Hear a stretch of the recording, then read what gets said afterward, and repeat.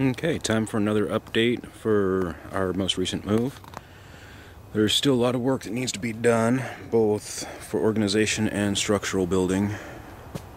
But we've got the carport up, and I'll give a tour in there in a moment. Have our safe zone sign in place once again.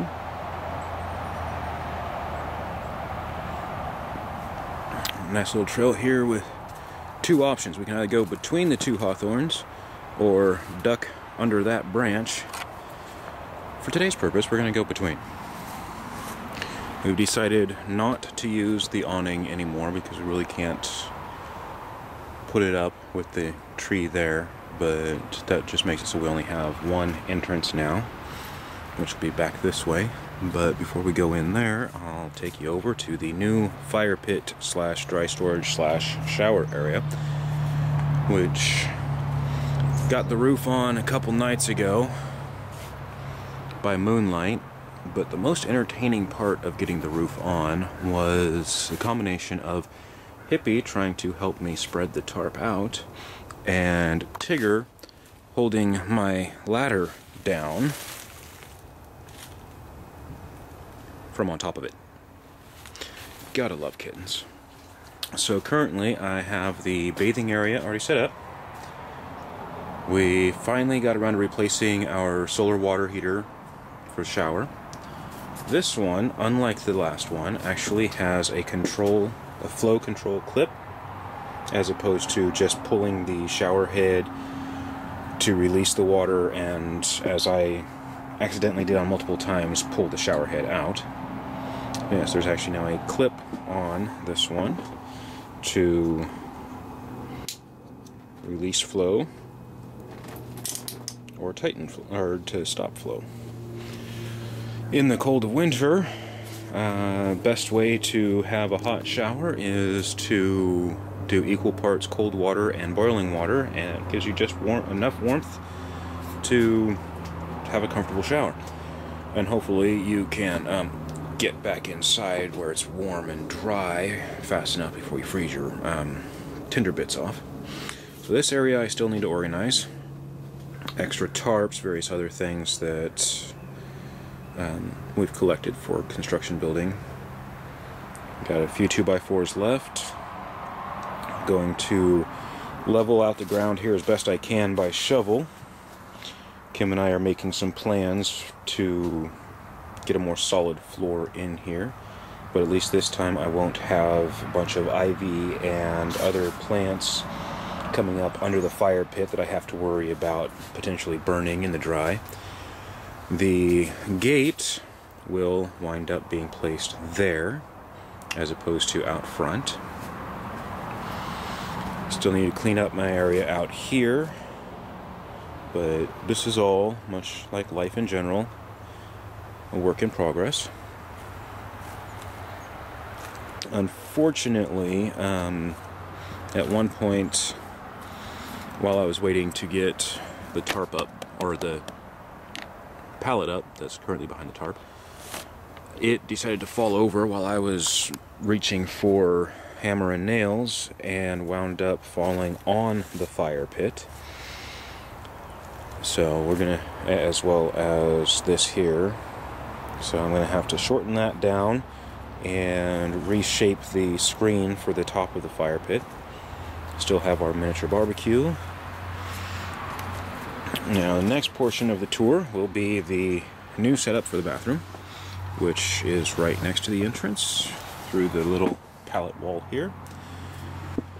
Just restocked our cedar chips, which is how we keep the smell down in our bucket. Just got a new bale of toilet paper that'll probably get us through about a year. I've got the accordion wall up again and put a full-sized pallet up on one side because this wall panel kept falling in on us, and while I was adjusting things to get the pallet in, I accidentally tore the rainfly up there. There's a large gap in back that Kim would like me to cover with another rainfly. Thankfully I have a spare, and one of the camps out here has recently been abandoned, leaving another rainfly available. Now to step inside, which again, still have to do some work with organization, but figured I'd get in here while we still have some daylight giving us light inside. So I decided to do the kitchen a bit differently this time.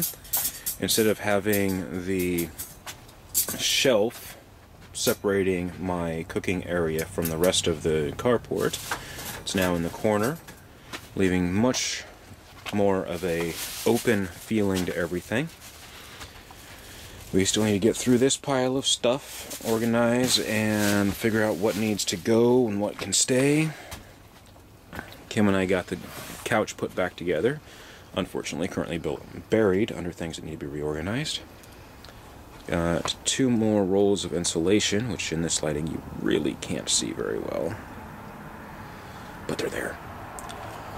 And we've got more blankets and comforters and quilts and everything up on the walls for added insulation, as well as my black foam sheets.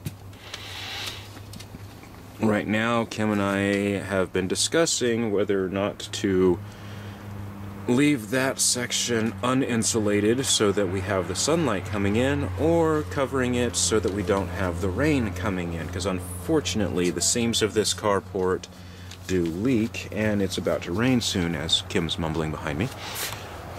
We decided to go ahead and insulate, but it's still kind of mixed feeling on that one. This time we actually have a comforter on the back wall to help keep some of the wind and cold out and our warmth in. Still have queen-size bed with pallets underneath inside of our 8x10 tent, which is inside of our 10x20 carport, which so many people get a kick out of. It's called a castle. Yes, we recently had some drifters come by and told Kim that they love our castle. So to the poster that stated that she is just waiting to see the mansion I wind up building for Kim. Apparently we have gone from cottage in the woods to castle. We skipped mansion. Hi, dear. Hi. So, yes. As I stated outside, one of the camps was recently abandoned, and we managed to also get a white bookshelf from them. Obviously not really being used for books at the moment. Planning on using the shelf primarily for our clothes, but we've got lots of other clutter like that we need to get through. And since it is in a central location, that is the new spot for our altar, which Kim set up pretty much the day that I got the bookshelf in here, as opposed to it having been previously over there on top of the, well, where the big flashlight is now. So now it's in a more central location, which is great when we burn incense, because we don't have to wait for the incense to drift from one end to the other.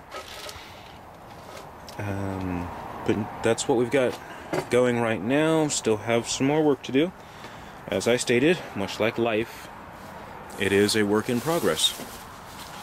So as I get more done, I will record and post again. Blessed be.